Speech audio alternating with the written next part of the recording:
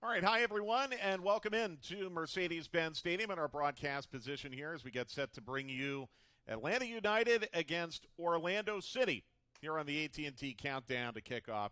It's a weird feeling because this is usually the home match that generates even more passion than usual among the 17s, and it's odd being here in an empty stadium, but I have a feeling we're going to have a very well-played match today. These are two teams that like to get forward, play very positively, and I think we have the chance for a lot of goals to be scored today. Yeah, two teams that want a lot of the ball. A lot of this today is going to come down to who dominates possession.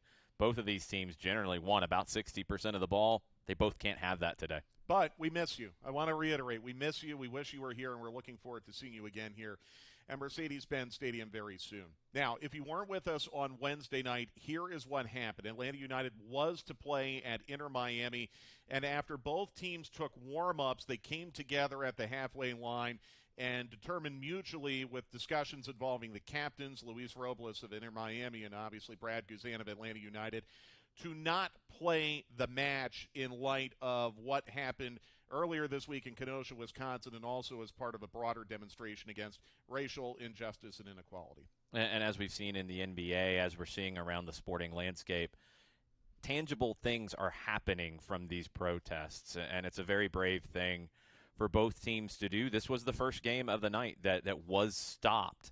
The timing just didn't allow it for Orlando and Nashville. Atlanta and Miami made a big statement and set apart, a chain of action in Major League Soccer that will lead to some big changes. Yeah, Black Players for Change, that organization is going to meet with MLS owners as part of a broader discussion that's really happened over the last couple of days. And it did start with Atlanta United and Inter Miami on Wednesday night. But matches are resuming now in MLS. Toronto and Montreal did play last night. This will be the first match of the day in MLS. As far as the injury report is concerned for Atlanta United, not really a dramatic difference between today and what we were expecting on Wednesday. The big headline again, as it was Wednesday night, Jason, Fernando Meza is going to be out for, I guess now a week and a half to 2.5 weeks. Initially it was a 2 to 3 week injury, but we've had a couple days go by now. Still not entirely sure what happened in this Nashville match to him, but it was something that caused a knee injury and is going to cost him the opportunity, to play in a few more matches. Yeah, you could see in that first clip, it looked like he wasn't necessarily stable on that left knee, and he went on to play for a good bit of time after that and was pretty physically involved in the play. So we were caught a little by surprise. He had an attacking moment right before that.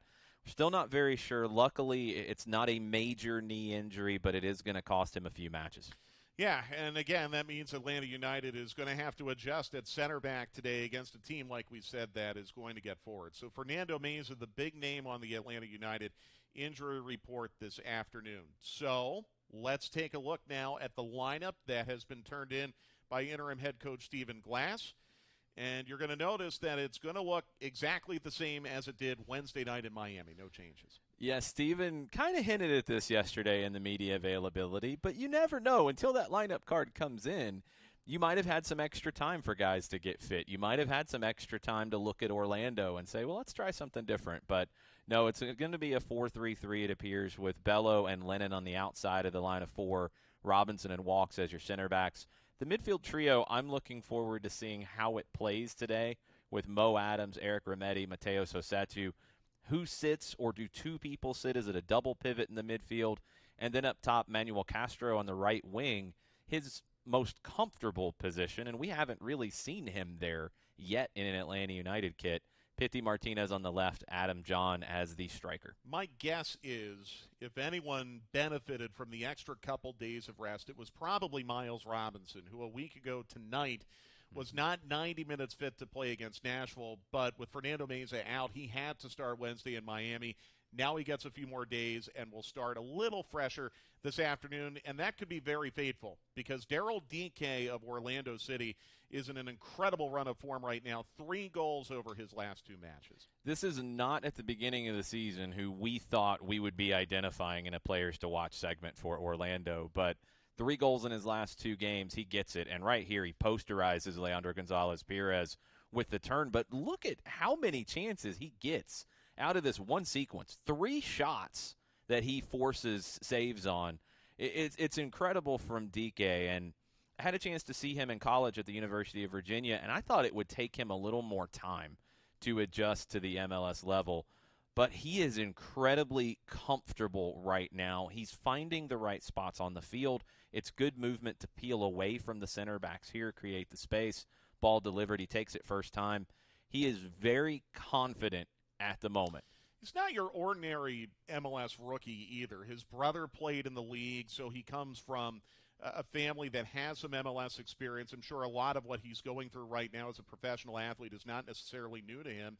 But we've seen 3 examples of 3 very different goals, but all showing a different degree of finishing quality, haven't we? And he can score in different ways, and he can threaten you in different ways. That's going to test Anton Walkes. Anton Walkes will be paired up next to Miles Robinson. And Walkes came on and played for Robinson last week against Nashville. Now he's replacing Meza. He played a lot early in the season. He is that combination center back that's going to have to do a lot of different things to deal with DK, because DK can run past you. Walkes has good pace. We've seen him play out wide. DK can wrestle you to the ground, as he did to Leandro Gonzalez-Pirez. Walkes can show a little bit of strength and hold players off.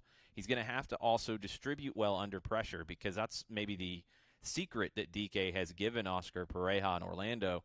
His pressure up high has been incredibly effective, more effective than anybody else who's played up top for Orlando. He's going to make it difficult for Atlanta to build out of the back. Communication, too. I get the feeling that's going to be really important. That's something even Brad Guzan hinted at yesterday in his media availability. He said, when we looked at the tape, we felt like we played pretty well, but there were some areas where maybe we got a little bit exposed. Communication in that back line is going to be very vital today. It's critical because Orlando has a front 4 that's very dangerous with DK up top, Mauricio Pereira, who's going to play as the number 10 behind, and then the wingers like to cut in and like to play up very high, and Nani and Chris Mueller. But what happens with Orlando, too, they get their outside backs up involved in the attack. That's going to create space for George Bello, for Brooks Lennon to get forward. This is one of the key tools to the match for me. Lennon and Bello have to contribute in the final third. Lennon's crosses have been consistently overhit. They need to be better. He's going to be playing as a right back today, a little bit different role for him. Bello's been so close in the final third. He had a good opportunity with his right foot. He's creating opportunities for others.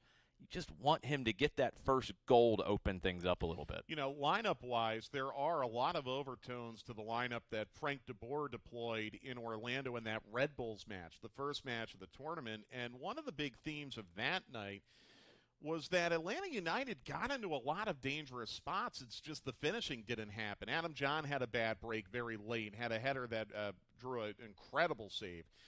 Bello hit the crossbar in the first half. So Castro a couple times had really, really good opportunities. So we know this group has the capability to get forward and score, but the finishing's got to be there this afternoon. Yeah, Castro's in a different role today. Lennon's in a different role. The shape is a little bit different.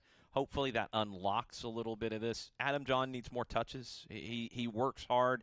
He's not really seeing the ball very much up top. You need to get him more involved. Pity Martinez has some really unique opportunities today with Juan on the right side for Orlando, bombing forward consistently.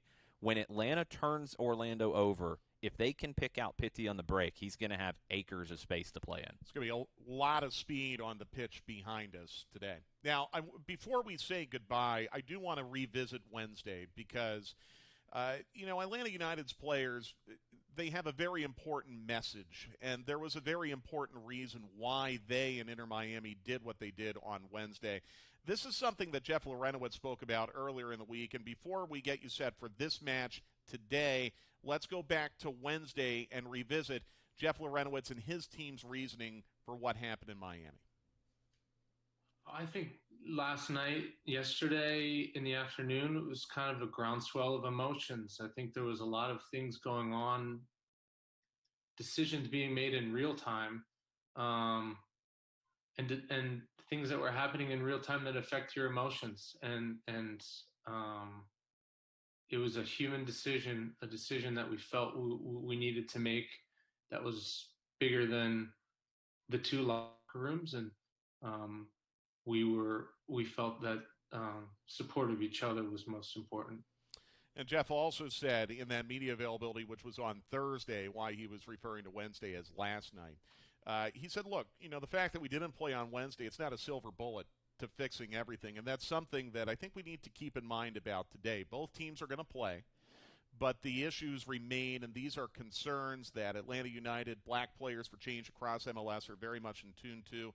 Unite the Vote is a big initiative that's being executed by the club right now. So we're going to play today, but the concerns from Wednesday have not gone away. The work hasn't stopped, and it's not going to stop anytime soon. These are players who come from a variety of backgrounds, come from a lot of different places all over the world, but something that everybody who's spoken to the media since this happened on Wednesday have said is that they all feel like they can be heard. They all feel like players have empathy towards them. Players who have come from a different background have empathy towards one another, and they all have one another's back.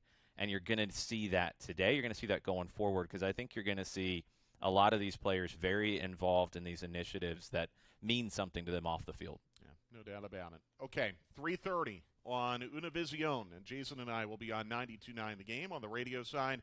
Atlanta United and Orlando City. These teams are going to play twice in 8 days. So think of this as a 180-minute match with a Miami match in between at halftime. But it all starts here at Mercedes-Benz Stadium. We'll see you again, by the way, before that Miami match Wednesday here on the AT&T Countdown to Kickoff. Enjoy the game.